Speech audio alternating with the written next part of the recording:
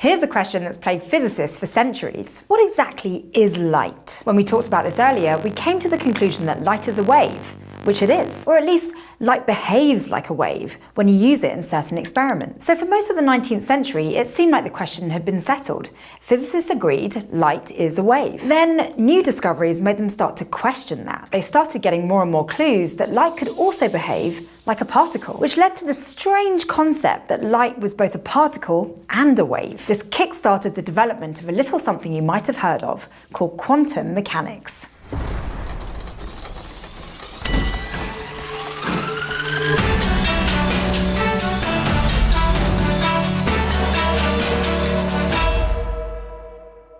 One of the most important clues that light had to be more than just a wave was what's known as the ultraviolet catastrophe. And that name really isn't an exaggeration. The ultraviolet catastrophe was disastrous for conventional thinking about the physics of light. We've talked about how objects radiate heat. Specifically, the amount of heat they radiate over time is proportional to their temperature raised to the fourth power. But there's more going on there than just heat. Objects actually radiate energy that covers a whole range of frequencies on the electromagnetic spectrum, all different kinds of light. Now there's this thing called a blackbody, which is basically the idealized version of a radiating object. No true blackbodies exist, but in theory they absorb all incoming light without reflecting any and radiate energy accordingly. Not all the energy coming from a blackbody has the same intensity. You can predict the intensity of the energy coming from a blackbody, or blackbody radiation, based on its temperature. But when physicists came up with an equation for this intensity, using the idea that light is a wave, they ran into a big problem. The equation they came up with, known as the Rayleigh-Jeans law, predicted that the higher the frequency of the radiation, and therefore the shorter the wavelength, the higher the intensity. And that matched up with experimental results really well, but only to a point. Once the frequency of light got into the ultraviolet range or higher, the Rayleigh-Jeans law didn't fit the results of experiments at all. Instead, experiments showed that blackbodies had a peak intensity based on their temperature. At a certain frequency, the light would be at its most intense, and after that, the intensity would actually drop as the frequency increased. The warmer the object, the higher the frequency of the peak intensity, but there was always a peak. It wasn't supposed to be this way. Even worse, if you summed up the contributions of higher and higher frequencies to calculate the total power emitted by a blackbody, the Rayleigh-Jeans law predicted that you'd find infinite power, which contradicts the principle of conservation of energy. This was the ultraviolet catastrophe. Something was clearly wrong about the way physicists were thinking about light.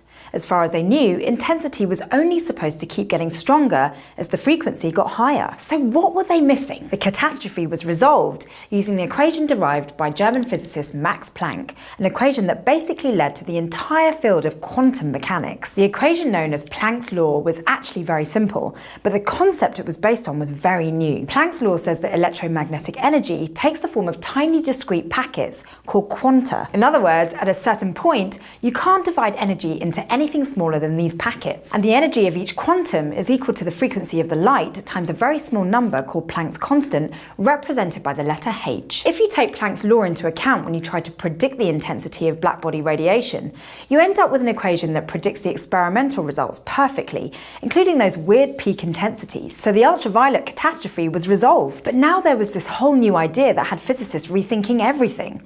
Energy could only exist in discrete packets. Quanta. Before, physicists thought energy was a kind of continuous flow, but it turned out that at a certain point, you couldn't divide up energy into smaller amounts. And our old friend Einstein played a big part in reworking physics using this new information, and he won a Nobel Prize for it in 1921. Einstein argued that light energy traveled in packets that we now call photons, which would essentially make light behave like a particle. Which was weird, because remember, there had been lots of experiments that showed that light behaved like a wave. But Einstein suggested a way to prove whether light traveled in these discrete packets, an experiment involving the photoelectric effect. The photoelectric effect describes what happens when you shine a beam of light on a metal plate.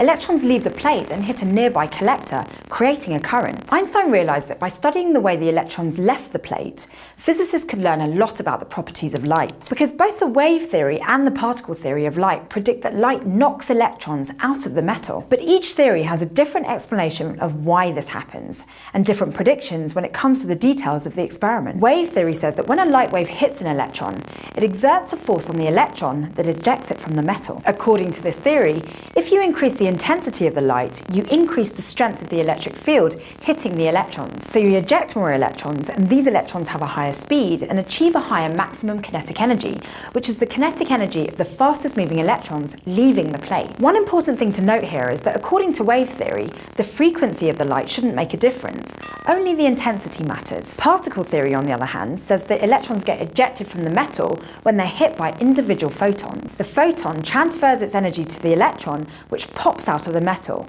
and the photon is destroyed in the process. But there's a minimum energy that the photon needs to transfer in order to get the electron to overcome its attraction to the metal and pop out. That minimum energy is called the work function, W0. If the photon has less energy than the work function, then the electron won't go anywhere. But if the photon has more energy than the work function, then some of the photon's energy will be used up to tear the electron away from the metal, and the rest will give the electron kinetic energy. And some electrons will be more strongly attracted to the metal than others. But the electrons with the maximum kinetic energy will be the ones that took the bare minimum amount of energy to separate from the metal. So according to particle theory, we can say that the energy of the photon is equal to the work function W0 plus the maximum kinetic energy. And the energy of the photon is also equal to Planck's constant times the frequency. This equation tells you that if you increase the frequency of the light, the maximum kinetic energy of the electrons should increase accordingly. And if you go below a certain frequency f0, where Planck's constant times f0 would be equal to the work function,